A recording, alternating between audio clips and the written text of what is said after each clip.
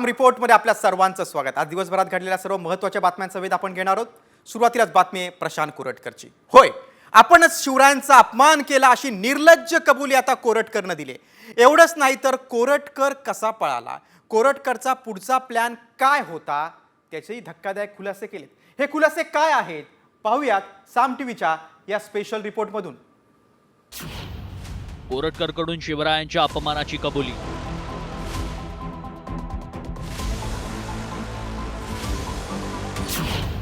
कबुलीनंतर कोरटकरला छातीत कळ आली।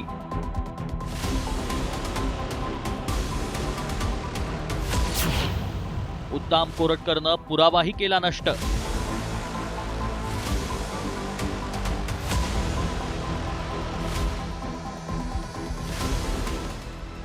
शिवद्रोही प्रशांत कोरटकरच्या मुसक्या आवळल्यानंतर या प्रकरणात नवनवे खुलासे समोर येतात। न्यायालयानं कोरटकरला 3 दिवसांची पोलीस कोठडी सुनावली आहे। त्यातच पोलिसांच्या प्रश्नांची उत्तरं टाळणाऱ्या मस्तवाल कोरटकरला पोलिसी खाक्या दाखवत 5 तास कसून चौकशी केली आणि तो पोपटासारखा बोलू लागला। होय, आपणच इंद्रजित सावंतांना फोन करून शिवरायांचा अपमान केल्याची कबुली त्यानं दिली। नेमकं कोरटकर काय म्हणाला पाहूया। इंद्रजित सावंतांना मी स्वतःच फोन केला। गुन्हा दाखल होताच मोबाईलमधील डेटा डिलीट केला। अटक टाळण्यासाठी हैदराबाद मार्गे चेन्नईला पळून जाण्याच्या तयारीत होतो। त्यासाठी तेलंगणातील मंचरियाल रेल्वे स्टेशनवर पोहोचलो। अंतरिम जामीन रद्द केल्यानं मोबाईलचा वापर बंद केला। फरार असताना ऑनलाईन व्यवहार टाळले। महिनाभरानंतर अटक केलेल्या प्रशांत कोरटकरच्या आवाजाचे नमुने घेऊन फॉरेन्सिकला पाठवण्यात आले। मात्र ही आवाजाची फॉरेन्सिक चाचणी कशी होणार पाहूया। फिर्यादी सावंतांच्या आवाजाचे नमुने घेतले जाणार। कोरटकरसह 4 जणांच्या आवाजाचे नमुने घेतले। कसबा बावडा येथील फॉरेन्सिक लॅबमध्ये तपासणी। मूळ संभाषण, आवाजाचा पोत, बोलण्याची पद्धत, स्वर, व्यंजनांचा उच्चार याची तपासणी। 4 ते 6 दिवसात फॉरेन्सिक चाचणीचा अहवाल येणार। आधी छत्रपती शिवाजी महाराजांचा अपमान, त्यानंतर आपण ते बोललोच नसल्याचं सांगत केलेली दिशाभूल आणि आता निर्लज्जपणे आपणच शिवरायांचा अपमान केल्याची कबुली कोरटकरनं दिली आहे। मात्र कोरटकरनं कबुली दिल्यानंतर त्याच्या छातीत कळ आली आणि त्याला उपचारासाठी रुग्णालयात दाखल करण्यात आलं। कोरटकरच्या छातीत कळ ही तुरुंगवारी टाळण्याची खेळी आहे का, असा सवाल उपस्थित केला जातोय। रणजित माजगावकरसह ब्युरो रिपोर्ट, साम टीव्ही, कोल्हापूर। पुढची बातमी आता पुण्यातून। पुणे स्वारगेट लैंगिक अत्याचार प्रकरणातील पीडितेनं आज मुख्यमंत्री आणि उपमुख्यमंत्र्यांची भेट घेतली। यावेळी पीडितेनं सगळी आपबीती मुख्यमंत्र्यांसमोर मांडली। माझी इच्छा नसतानाही माझी वैद्यकीय चाचणी पुरुष अधिकारी करत होते अशी तक्रार पीडितेनं केली। तसंच या प्रकरणात असीम सरोदे यांना विशेष सरकारी वकील म्हणून नियुक्त करावे अशी मागणी देखील केली। प्रधान सचिवांना देखील तिने एक पत्र लिहिलंय। बघा पीडितेनं पत्रात काय म्हटले पाहूया। आरोपी दत्ता गाडेने माझ्यावर 2 वेळा बलात्कार केला। पूर्ण ताकदीने विरोध केल्यानंतर दत्ता गाडेने तिथून पळ काढला। आपली इच्छा नसताना पुरुष वैद्यकीय अधिकाऱ्याने माझी चाचणी केली। पुरुष पोलीस अधिकाऱ्यांमार्फत आपली चौकशी करण्यात आली। चारित्र्यावर संशय व्यक्त करणारी वक्तव्य राजकीय नेत्यांनी केली। आपली बदनामी थांबवण्यात यावी। विशेष सरकारी वकील म्हणून असीम सरोदेंची नियुक्ती करण्यात यावी अशी देखील मागणी पीडितेनं केली।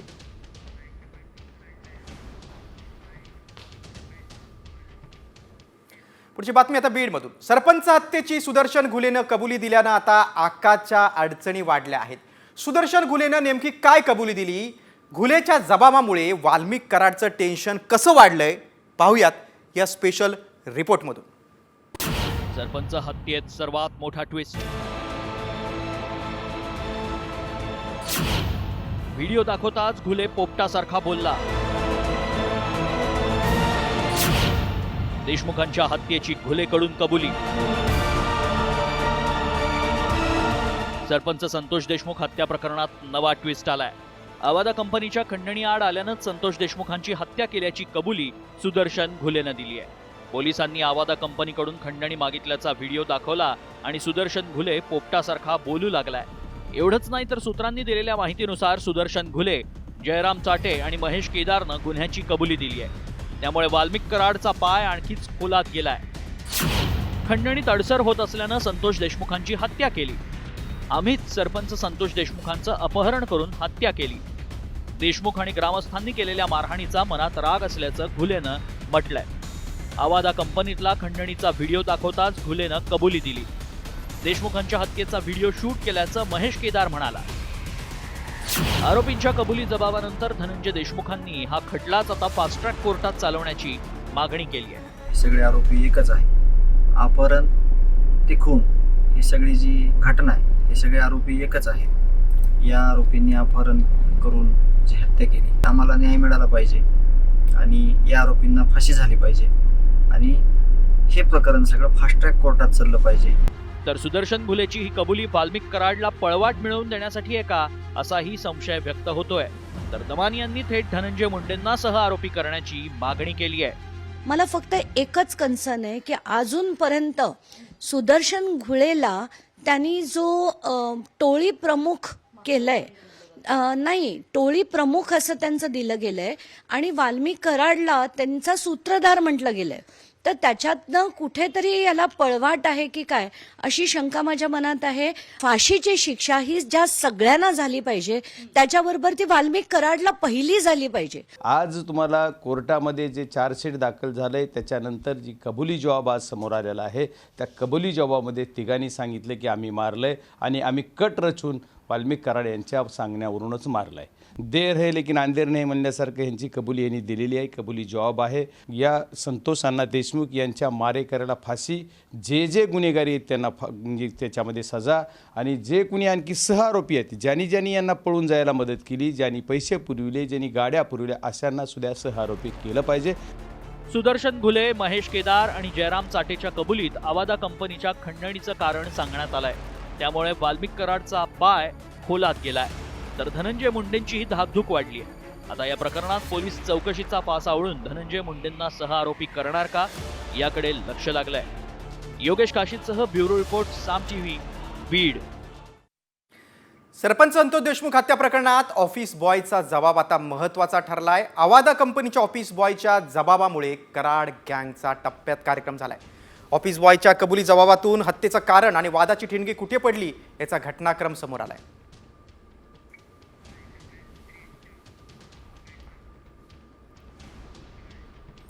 दुसरीकडे सरपंच देशमुखांच्या अपहरण ते हत्या प्रकरणात वापरलेली काळी स्कॉर्पिओ मारेकरांच्या गळ्यातील फास बनणार आहे. त्याची कारणं नेमकी काय आहेत, स्कॉर्पिओत नेमके किती पुरावे मिळाले आहेत, पाहूयात या स्पेशल रिपोर्टमध्ये. देशमुख हत्येमागचे काळे कारनामे.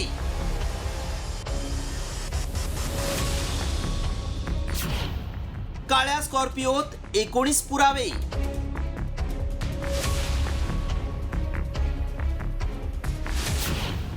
पुरावे आवळणार, कराड भोवती फास.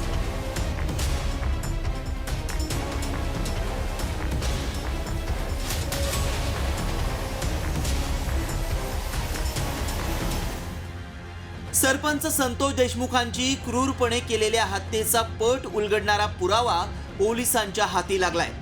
अपहरण ते हत्या या घटनेसाठी वापरण्यात आलेल्या काळ्या रंगाच्या स्कॉर्पिओचा फॉरेन्सिक अहवाल समोर आलाय. यामध्ये देशमुखांच्या हत्येसह कराड गँगच्या काळ्या कारनाम्यांचे 1-2 नव्हे तर तब्बल 19 पुरावे समोर आले. या पुराव्यातून काय समोर आलंय पाहूयात.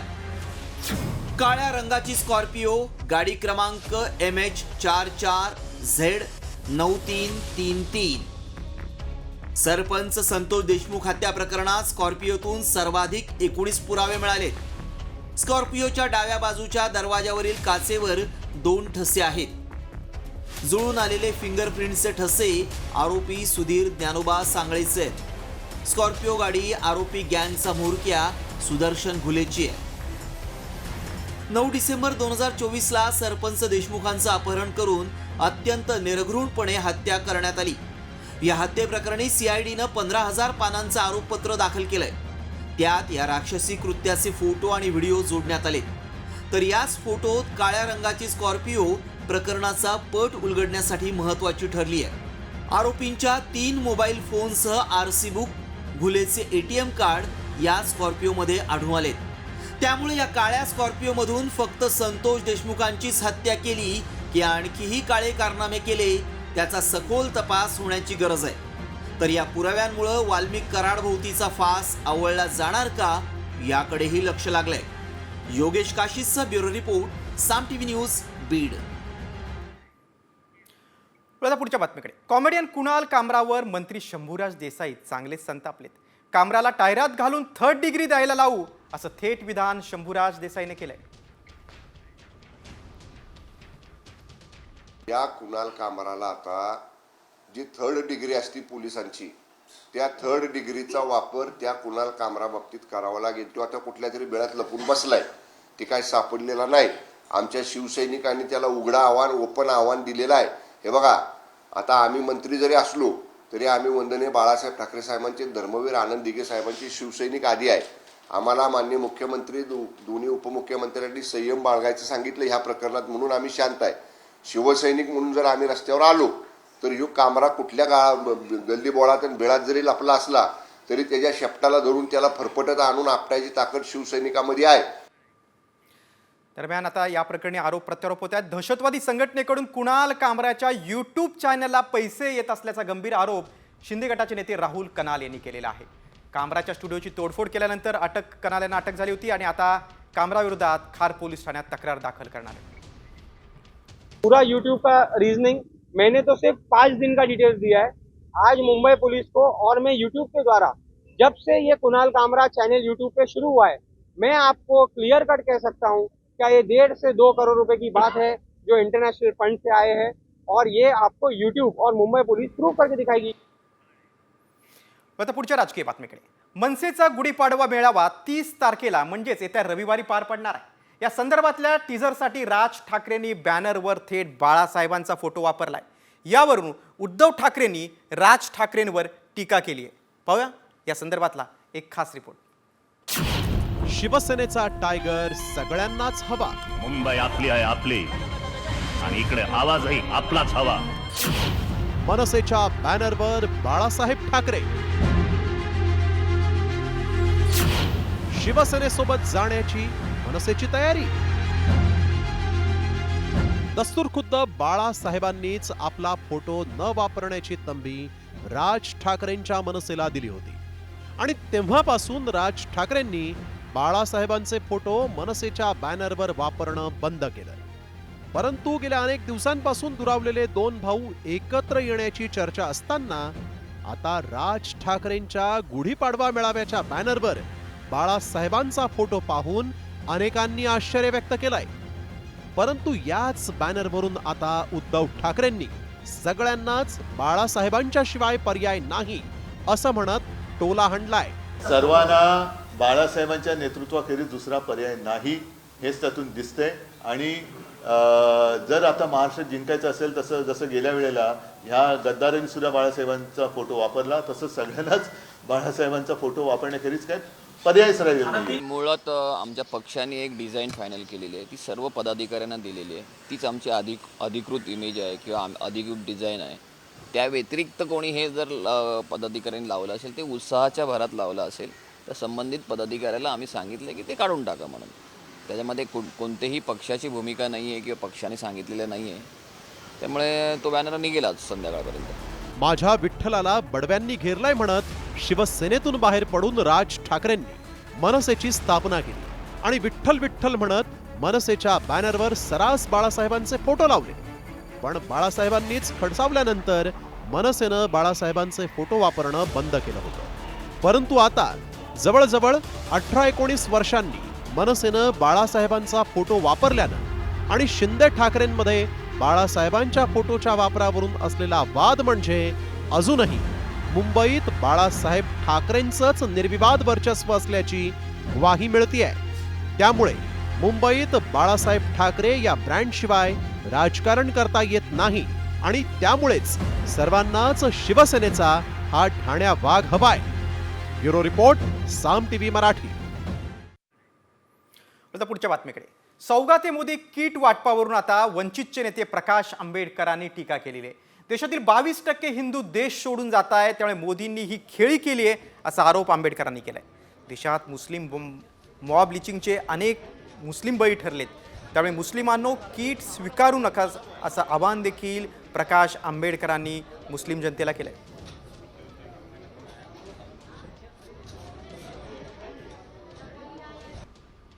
आमच्या दृष्टीने असणारा एक 4 दिवसापूर्वी रिपोर्ट आलेला आहे की 22% हिंदूंची मानसिकता आहे की आपण देश सोडून गेलं पाहिजे. आणि तो ऑफिशियल रिपोर्ट आहे, तो काही इतर कोणाचा नाही आहे. तेव्हा 22% मतदान आपल्या विरोधात गेलेलं आहे. तेव्हा हे 22% मतदान आपल्या विरोधात गेलेलं आहे का आता आपल्या असणारं चारित्र्य ह्याच्यामुळे गेलेलं आहे. आणि म्हणून आपलं चारित्र्य चांगलं करावं, पॉलिटिकली चांगलं करावं म्हणून असणारा सौगते मोदी असा किट वाटपाचा कार्यक्रम त्या ठिकाणी चाललेला आहे. ज्यांचे हात रक्ताने मुस्लिम रक्ताने माखलेले आहेत त्या हाताने हे सौगते मोदी जे आहे किट हे घ्यायचं की न घ्यायचं याच्या संदर्भातलं त्यांनी मुस्लिम समाजाशी क्लिअर कट बोललं पाहिजे, डायरेक्शन दिल्या पाहिजेत. जे डायरेक्शन देतील ते मुसलमानांच्या बाजूने आहेत मौलवी, जे डायरेक्शन देणार नाहीत त्यांच्याबद्दल मुसलमान हा आपला विचार मान्य करेल अशी असणारी परिस्थिती आहे. दुसरीकडे सौगाते मोदी या किटवरून उद्धव ठाकरेंनी देखील भाजपवर जोरदार हल्लाबोल केलाय. सौगाते मोदी नाही तर सौगाते सत्ता ही किट असल्याची टीका उद्धव ठाकरेंनी केली. निवडणुकीत बटंगे तो कटेंगे म्हणणारे आता सौगात वाटत आहेत असा टोला देखील त्यांनी लगावलाय. हिंदूंच्या मंगळसूत्राचं आता रक्षण कोण करणार असा टोला देखील त्यांनी लगावला. ईदच्या निमित्ताने सौगाते मोदी हा कार्यक्रम भारतीय जनता पक्षाने हाती घेतलेला आहे. ही काही सौगाते मोदी नाहीये, हे सौगाते सत्ता आहे. म्हणजे यांना सत्तेसाठी हे कोणत्याही थराला जाऊ शकतात, त्याचं एक निर्लज्ज उदाहरण आहे. महाराष्ट्राच्या निवडणुकीमध्ये बटेंगे तो कटेंगे हा नारा देणारे आता सौगात म्हणजे भेट द्यायला चाललेले आहेत.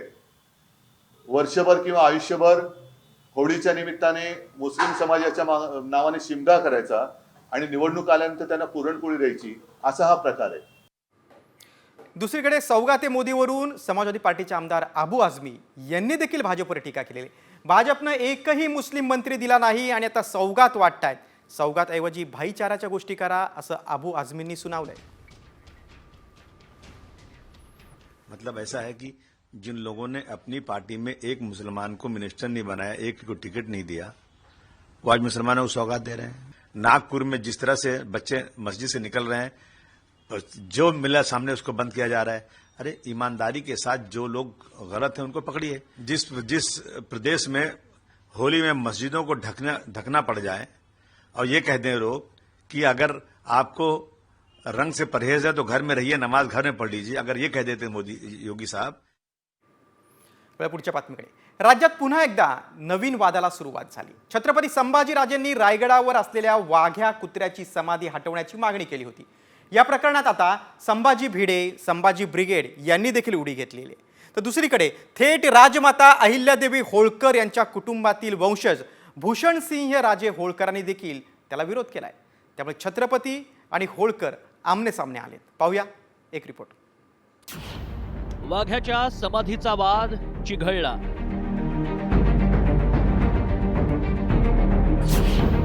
छत्रपती आणि होळकर आमने सामने.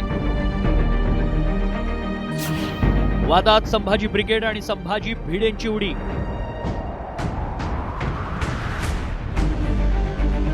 रायगडावरील वाघ्या कुत्र्याची समाधी असावी किंवा नाही यावरून सध्या महाराष्ट्रात वाद पेटलाय.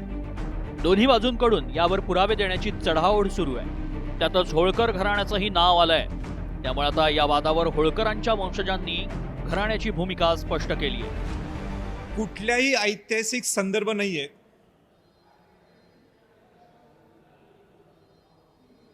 की तिथं वाघ्या कुत्र्यांनी शिवाजी महाराजांना जे अग्नी दिली त्यांनी उडी मारली. एक ही महाराष्ट्रातल्या इतिहासकाराने,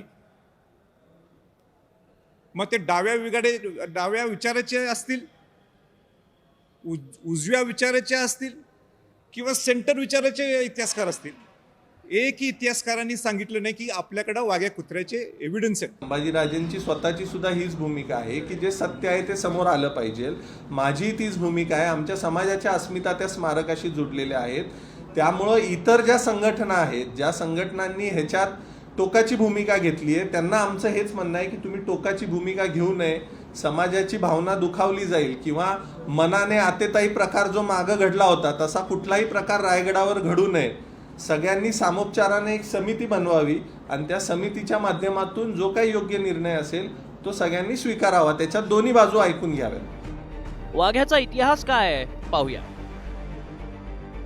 वाघ्या छत्रपती शिवाजी महाराजांचा निष्ठावान कुत्रा अशी वदंता. 1680 मध्ये छत्रपती शिवाजी महाराजांचं निधन झालं तेव्हा वाघ्यानं चितेत उडी देऊन बलिदान दिल्याची वदंता. समाधीची प्रत्यक्ष उभारणी 20व्या शतकात झाली. समाधीला इंदूरच्या प्रिन्स तुकोजी होळकरांकडून निधी देण्यात आला. स्मारक ऐतिहासिक नव्हे तर लोकश्रद्धेचं प्रतीक आहे. यापूर्वीही 2011 मध्ये संभाजी ब्रिगेडकडून वाघ्याच्या पुतळ्यावर हल्ला करण्यात आला.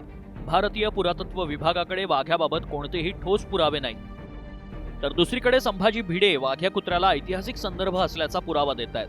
त्यामुळे या वादात संभाजी ब्रिगेडनं आता उडी घेतलीय. 1 मे पर्यंत रायगडावरील वाघ्या कुत्र्याचा पुतळा हटवावा असा अल्टिमेटमच संभाजी ब्रिगेडनं राज्य सरकारला दिलाय. संभाजीराजे भोसले जे बोलतायत ते चूक आहे, 100% चूक आहे. वाचले मी, परंतु ती कथा सत्य आहे की वाघ्या कुत्र्यांनी चितेत उडी घेतली. त्याचं स्मारक म्हणून ते केले.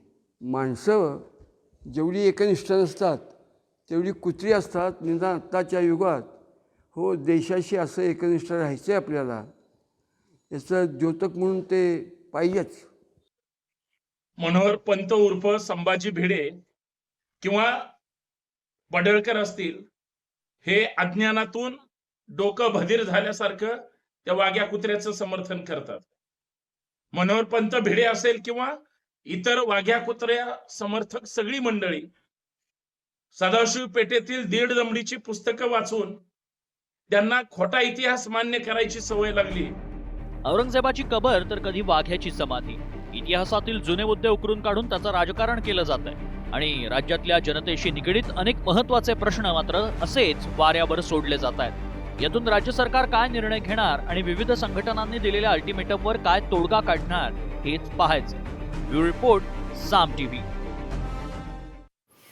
पुढची बातमी आता दिल्लीतून. छत्रपती शिवाजी महाराज, छत्रपती संभाजीराजे आणि महापुरुषांच्या अवमानावर शिक्षेची तरतूद करा अशी मागणी आता खासदार उदयनराजे भोसले यांनी केलेली आहे. त्यांनी दिल्लीत केंद्रीय गृहमंत्री अमित शहांची भेट घेतली आणि ही मागणी केलेली आहे.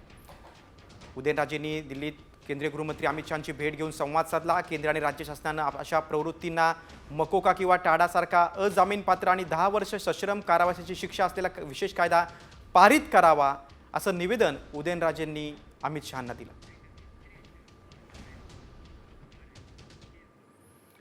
राज्यातल्या बातम्यांकडे. अल्पसंख्याक आयोगाचे अध्यक्ष प्यारे खान यांनी आता नितेश राणेंची तक्रार आपण मोदींकडे करणार असल्याचं सांगितलेलं आहे. कारण 30 तारखेला मोदी नागपूर दौऱ्यावर येणार आहेत, त्यावेळी तक्रार केली जाणार आहे. राणेंच्या वादग्रस्त विधानांमुळे 2 धर्मांमध्ये तेढ निर्माण होत आहेत, त्यामुळे कुठेतरी विकासाला बाधा पोचण्याचं काम करतोय असा आरोप प्यारे खान यांनी भाजपचे मंत्री नितेश राणेंवर केला आहे.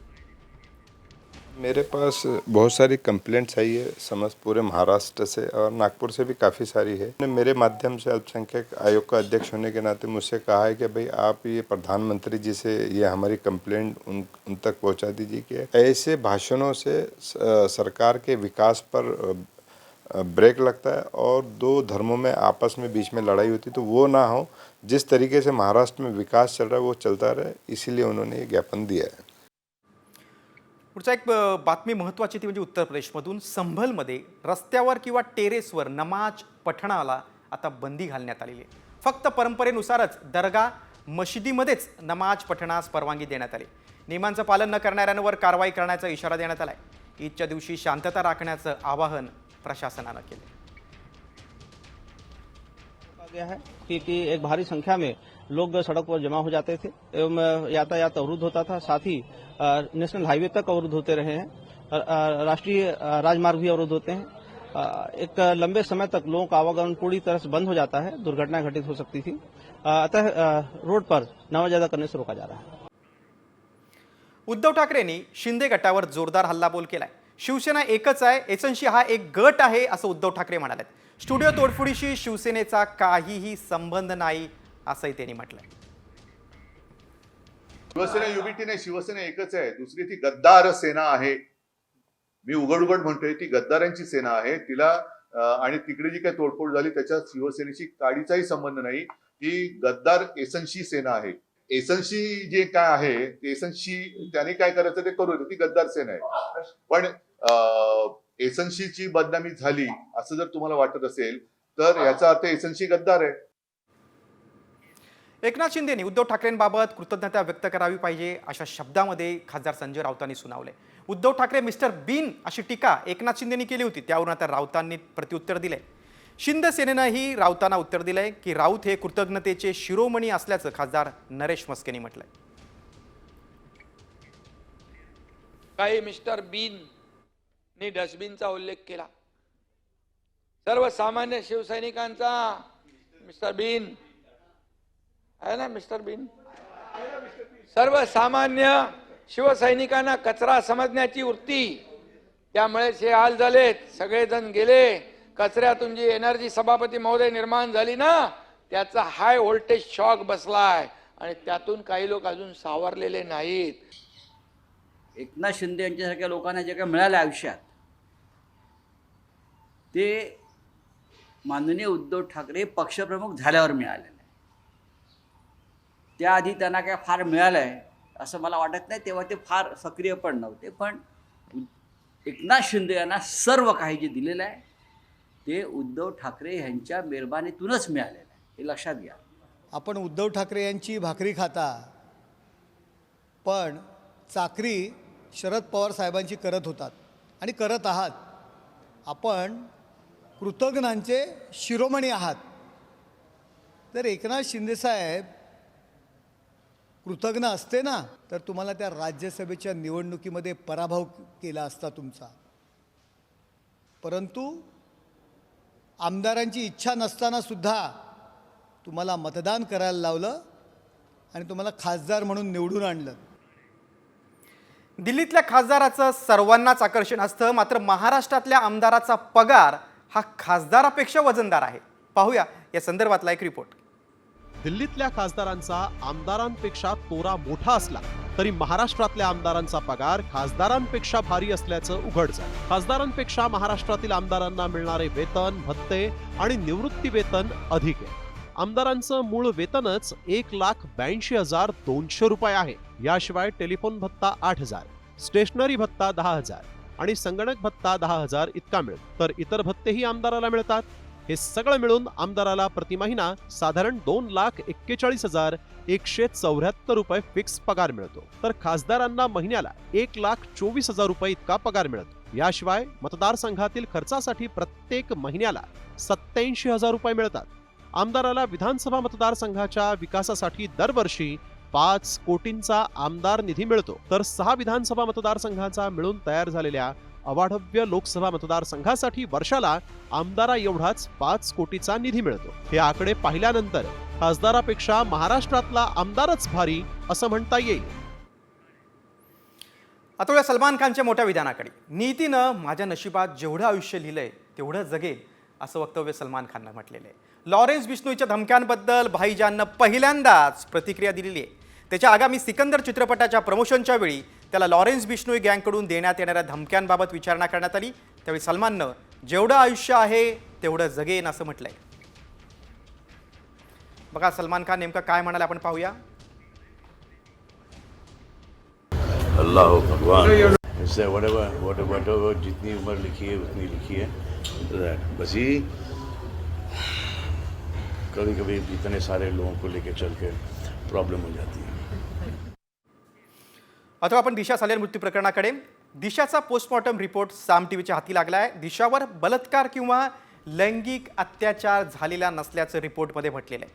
तर तिच्या छातीवर आणि पोटावर खरचटल्याच्या जखमा आहेत. तसंच तिच्या हात, पाय आणि शरीरावर देखील काही ठिकाणी जखमा असल्याचा उल्लेख या रिपोर्टमध्ये आहे. दिशाचा मृत्यू 8 जून 2020 रोजी झाला होता. मुंबईतील मालाड परिसरातील एका इमारतीच्या 14व्या मजल्यावरून पडून दिशाचा मृत्यू झाल्याची माहिती पोलिसांनी दिली होती. मात्र हे सगळे दावे सतीश सालियान यांच्या वकिलांनी फेटाळून लावलेत.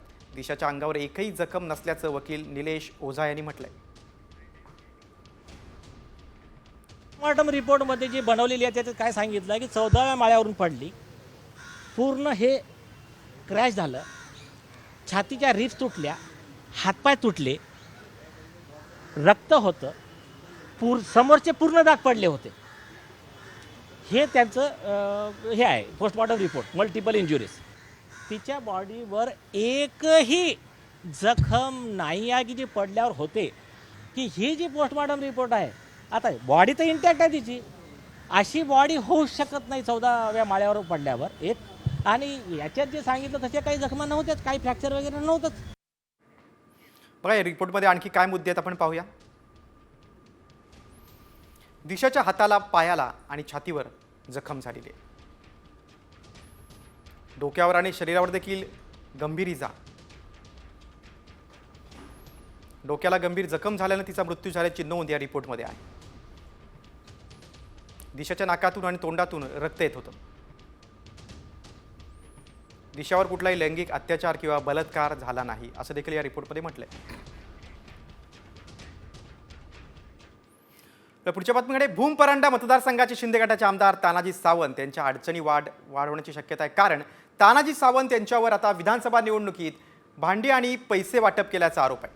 शरद पवारांच्या राष्ट्रवादीचे माजी आमदार राहुल मोटे यांनी संभाजीनगर खंडपीठात याविरोधात याचिका दाखल केलेली आहे. सावंत यांच्याकडून मतदारांना साडी, भांडे आणि पैशाचं वाटप केले, त्याचे पुरावे देखील सादर करण्यात आले. दरम्यान संभाजीनगर खंडपीठानं तानाजी सावंत यांचे बंधू शिवाजी सावंत आणि क्रांती महिला उद्योग समूहाच्या अर्चना दराडे यांनाही नोटीस दिल्याची माहिती आहे.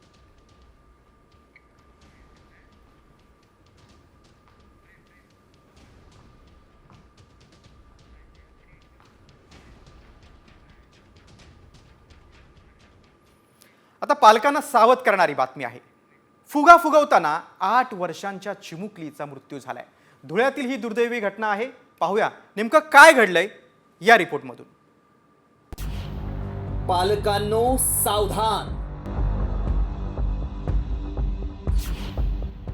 घशात फुगा अडकून जीव गुदमरला. फुगा फुगवला, चिमुकलीचा जीव गेला. फुगे फुगवायचे आणि मस्त उडवायचे याचा आनंद मुलांसाठी काही औरच असतो. आजकाल वाढदिवस तर फुग्यांशिवाय साजराच होत नाही. मात्र या फुग्यानं एका चिमुरडीचा आनंद हिरावून घेतलाय. तिच्या मृत्यूला हा फुगा कारणीभूत ठरलाय. धुळ्यातील ही दुर्दैवी घटना आहे. ही आहे डिंपल वानखेडे. अगदी सुंदर, निष्पाप 8 वर्षांच्या डिंपलचं खेळणं आणि खोड्या काढण्याचं वय. धुळे शहरातल्या यशवंतनगर साक्री रोड इथं वानखेडे कुटुंब राहतं. मात्र एका घटनेनं वानखेडे कुटुंबियांवर दुःखाचा डोंगर कोसळलाय. नेहमीप्रमाणे डिंपल घराच्या अंगणात खेळत होती. ती एक फुगा फुगवत होती. अचानक तो फुगा फुटला. या चिमुकलीच्या घशात त्या फुग्याचा तुकडा अडकला. तिला श्वास घेण्याचा त्रास होऊ लागला. हे करतोय, भांडे घसत होते. ते करताना मुलगी बाहेर गेली आणि नेमकं तिने तो फुगा घेताना ते फुगा अटकला आणि अशा गोष्टी झाल्या. फुगा अटकला गडगंट्यामध्ये. तिला इकडनं सिव्हिलला घेऊन गेलो आम्ही. सिव्हिलमध्ये त्यांनी सांगितलं बुवा अशा गोष्टी झाल्यात. ही गोष्ट तिच्या कुटुंबियांना कळताच त्यांनी तत्काळ जिल्हा रुग्णालयात तिला दाखल केलं. मात्र डॉक्टरांनी तपासणी करून तिला मृत घोषित केलं. ज्यावेळेस बालक फुगा फुगीत असतं व फुगा फुगताना तो फुगा फुटतो व तो रबरी तुकडा त्याच्या घशावर जाऊन अडकला. त्या अडकल्यामुळे तिला श्वास घेण्यास गुदमरल्यासारखे झाले व श्वास घेण्यास त्रास होऊ लागतो. अशा वेळेस जर 4 मिनिटाच्या आत जर श्वसन बंद राहिलं तर मेंदूला रक्तपुरवठा कमी होऊन बालक मृत्युमुखी पडू शकतं. मुलं खेळत असताना पालकांनी लक्ष ठेवायला हवं. अधूनमधून पालकांनी मुलांची विचारपूस करावी. लहान मुलांना फुगे फुगवायला देऊ नयेत. फुगे किंवा कोणतीही छोटी खेळणी मुलं तोंडात टाकणार नाहीत याची दक्षता घ्यायला हवी. पालकांना प्राथमिक उपचारांची माहिती असायला हवी. घराजवळचे तज्ज्ञ डॉक्टर, हॉस्पिटलचा संपर्क क्रमांक माहीत असायला हवा. या घटनेनं संपूर्ण परिसरात हळहळ व्यक्त करण्यात येतेय. धुळे शहर पोलीस ठाण्यात या घटनेची नोंद झाली आहे. पोलीस या प्रकरणी अधिक तपास करतायत. मुलं खेळत असताना पालकांनी जागरूक राहणं गरजेचं आहे. त्यामुळे लहानग्यांच्या हातात फुगा देताना पालकांनी काळजी घ्यायलाच हवी. ब्युरो रिपोर्ट, साम टीव्ही न्यूज. धुळ्यातील या धक्कादायक बातमीनंतर आता एक मन हेलावून टाकणारी बातमी आहे. आपले वडील गेल्याचं दुःख डोंगरासारखं उभं असताना एकीकडे मुलाच्या जय हिंद घोषणेनं मन सुन्न झालं. वडिलांच्या जाण्यापेक्षाही भूमी ही भारत माता मला अधिक प्यारी आहे असं सांगणारा हा मुलगा नारा देता क्षणी खाली कोसळला. ही घटना आहे अहिल्यानगर जिल्ह्यातल्या संगमनेर तालुक्यातील मेंढवणची. या गावचे जवान रामदास बडे यांना देशसेवेचं कर्तव्य बजावत असताना वीरमरण आलं. वडिलांना निरोप देताना मुलानं जय हिंद अशी घोषणा दिली. त्यांच्या शेवटच्या क्षणाचा हा व्हिडिओ पाहून प्रत्येकाचे डोळे पाणवल्याशिवाय राहणार नाहीत. सैनिक कल्याण समितीचे सन्माननीय रायफल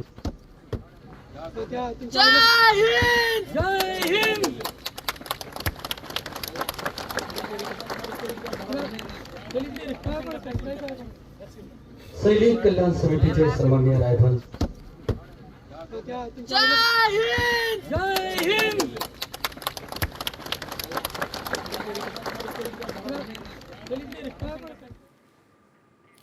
पुढची बातमी आता बीडमधून. पाटोदा तालुक्यात एका शेतकऱ्यानं 50 लाखांच्या नोटा उधळल्यात. पंचायत समितीत शेतकऱ्यांकडून विहीर किंवा घरकुल संबंधित कामांसाठी पैशांची मागणी होत होती आणि त्यालाच कंटाळून एका शेतकऱ्यानं 50 लाखांच्या नोटा उधळल्यात. आमदार सुरेश धसांच्या विधानसभा मतदारसंघातला हा सगळा प्रकार आहे. नकली नोटा उधळत या शेतकऱ्यानं लाचखोरीची लक्तरं काढली आहेत.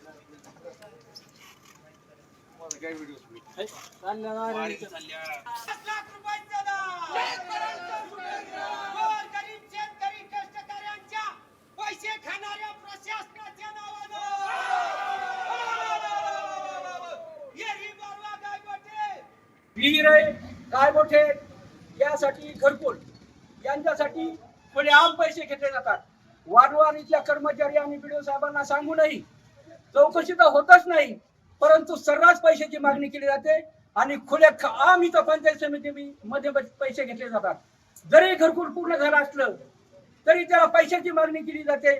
त्यामुळं आम्ही सगळ्यांनी असं ठरवलं की एकदाच या पंचायत समितीला 50 लाख रुपये देऊन टाकू, जेणेकरून यांनी इथल्या गोरगरीब लोकांना पैसे मागू नयेत आणि त्यांचं काम व्यवस्थित झालं पाहिजे. बीडनंतर एक पुढच्या त्या गुन्ह्याची बातमी आहे नवी मुंबईतून. तळोजामध्ये 2 वर्षांच्या मुलीच्या हत्येचा छडा लावण्यात पोलिसांना यश आलेलं आहे. घरासमोरच राहणाऱ्या मोहम्मद अन्सारी या व्यक्तीनं चिमुकलीची हत्या केली आणि तिचा मृतदेह पोटमाळ्यावर लपवला होता.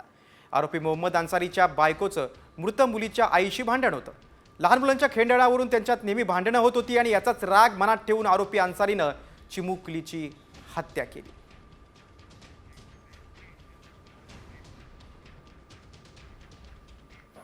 पुढची बातमी आता अंबरनाथमधून. उसाटणे गावात माकडानं 2.5 वर्षांच्या मुलावर हल्ला केला आणि त्याला जखमी केलं. ही घटना CCTVमध्ये कैद झालेली आहे. हा चिमुकला आपल्या घराच्या अंगणात खेळत असतानाच तिथं आलेल्या माकडानं त्याला खाली पाडत चावा घेतला आणि पळ काढला. या घटनेनंतर जखमी बालकाला आता नवी मुंबईतल्या रुग्णालयात दाखल करण्यात आले. वन विभागानं गावात येऊन पाहणी केली आणि गावातल्या माकडांचा उच्छाद कमी करण्यासाठी आता वन विभाग काय प्रयत्न करणार त्याकडे आता सर्वांचं लक्ष आहे. मात्र याबाबत आता ग्रामस्थांनी तक्रार केलेली आहे.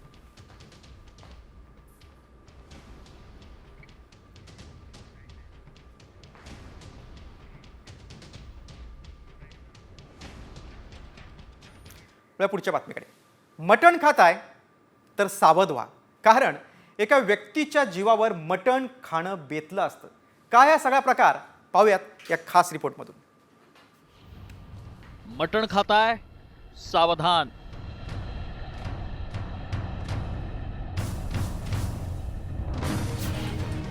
मटण खाल जीवानिशी जाल.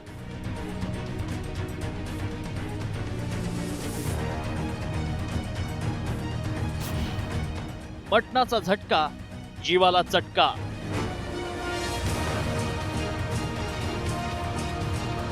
उन्हाळा सुरू झाला की लग्न, जागरण, गोंधळ, कंदुरी आणि जत्रांमध्ये मटणाचे पक्कड बेत आखले जातात. तुम्ही असा बेत आखत असाल तर सावधान. कारण मटणाचा बेत जीवावर बेतू शकतो. त्याचं झालं असं की इंदापुरात 70 वर्षांच्या आजोबाला मटण खाणं चांगलंच महागात पडलंय. मटणातलं हाड चावून खाताना थेट आजोबाच्या घशात गेलं आणि त्या हडकामुळे अन्ननलिकेला छिद्र पडलं. शेवटी डॉक्टरांनी ऑपरेशन करून आजोबांचा जीव वाचवलाय. मात्र हे घडलं कसं पाहूया. 24 फेब्रुवारीला आजोबा लग्नाला गेले. लग्नात जेवताना मटणाचं हाड घशात अडकलं. घरच्यांनी इंदापुरात दवाखान्यात नेलं. आजोबांना ससून हॉस्पिटलमध्ये दाखल करावं लागलं. डॉक्टरांनी सिटी स्कॅन केला आणि 5 सेंटीमीटरचं हाड आढळलं. एंडोस्कोपी करून ते हाड बाहेर काढण्यात आलं. त्यानंतर स्टेंट टाकून अन्ननलिकेचं छिद्र बुजवलं. मात्र हे ऑपरेशन प्रचंड गुंतागुंतीचं असल्याचं डॉक्टरांनी सांगितलंय. कोणताही अन्नपदार्थ खाताना किंवा जेवण करताना आत्ताच्या सध्याच्या पिढीमध्ये मोबाईलवरती बघणे किंवा टी व्ही बघत जेवण करणे किंवा इन जनरल गप्पा मारताना आपण विचलित होऊन जेवण करतो. अशा वेळेस अचानक असे जे अन्नाचे कडक भाग आहेत, जसं मटणाचं हाड म्हणा किंवा काही कडक पदार्थ असतात, ते अचानक जाऊन घशामध्ये किंवा अन्ननलिकामध्ये अडकू शकतात. तर जेवण करताना विचलित न होता जेवणं एकाग्रतेने हे महत्त्वाचं. आता उन्हाळ्याच्या सुट्ट्या, जत्रा आणि कार्यक्रमही सुरू होत आहेत. त्यामुळे तुम्ही मटणाचा बेत करत असाल तर डोळे उघडे ठेवा, कारण मटणाची मजा जीवापेक्षा मोठी नाही. सागर आभाडसह ब्युरो रिपोर्ट, साम टीव्ही, पुणे. आता नोकरदारांसाठी मोठी बातमी आहे. आता UPI मधून देखील तुम्हाला PF काढता येणार आहे. कसा ते पाहूया त्या रिपोर्टमधून.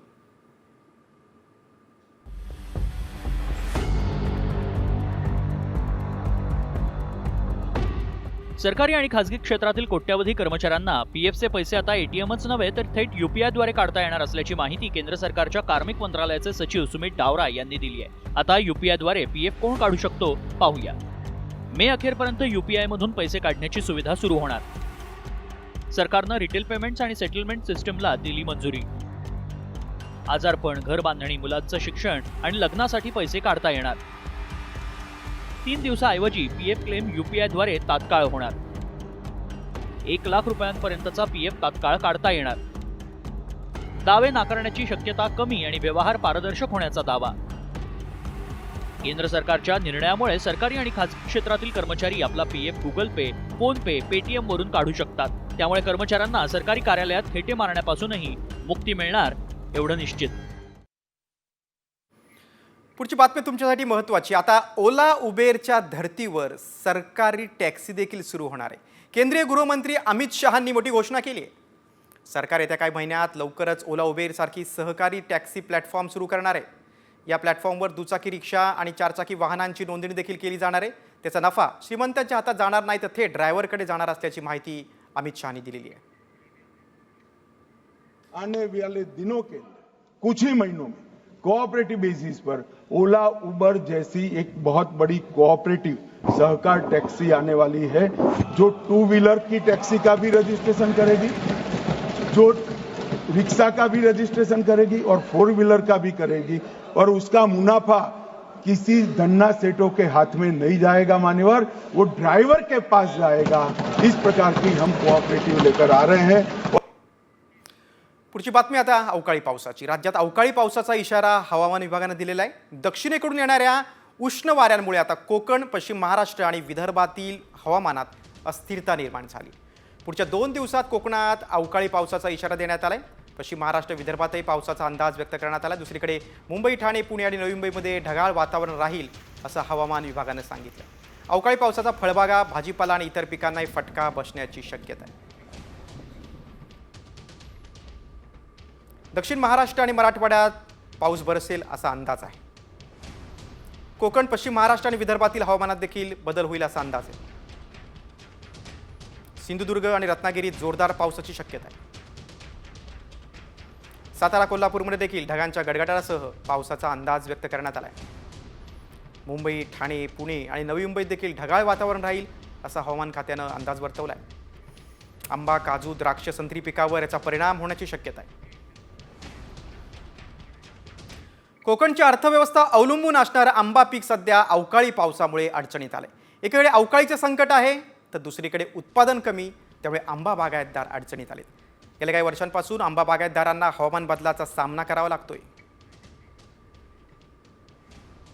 ला जरी पाऊस पडला आणि त्याचा परिणाम 4 दिवसांनी होणार असला तरीसुद्धा त्याचा परिणाम पुढच्या पिकांवर जास्त प्रमाणात होणार आहे. कारण हे पीक तसं जसं वाढत जाईल पुढे तसं त्याच्यामध्ये फळमाशीचा त्रास हा आम्हाला ह्याच्यामध्ये भोगावा जास्त प्रमाणात लागणार आहे. वळ आता व्हायरल सत्य रिपोर्टकडे. प्रत्येक कुटुंबाला आता सरकारी नोकरी मिळणार आहे. होय, तुम्ही जे ऐकलंय ते खरं आहे. कारण सोशल मीडियावर तसा मेसेज व्हायरल केला जातोय. त्यामध्ये सरकारी नोकरी प्रत्येक कुटुंबातील व्यक्तीला मिळणार असल्याचा दावा केल्यानं आम्ही या दाव्याची पडताळणी केली. त्यावेळी काय सत्य समोर आलंय चला पाहूयात हा खास रिपोर्ट. प्रत्येक कुटुंबात सरकारी जॉब. केंद्र सरकारची नवी योजना.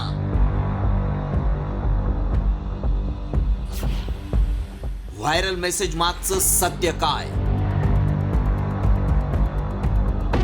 केंद्र सरकारनं आता प्रत्येक घरातील एका व्यक्तीसाठी सरकारी नोकरीची योजना आणली आहे. होय, असा दावा करणारा मेसेज व्हायरल होतोय. या मेसेजमुळे चर्चांना उधाण आलंय. सरकारची योजना आहे, मग फॉर्म कसा भरायचा? नोकरीसाठी शिक्षण किती हवं?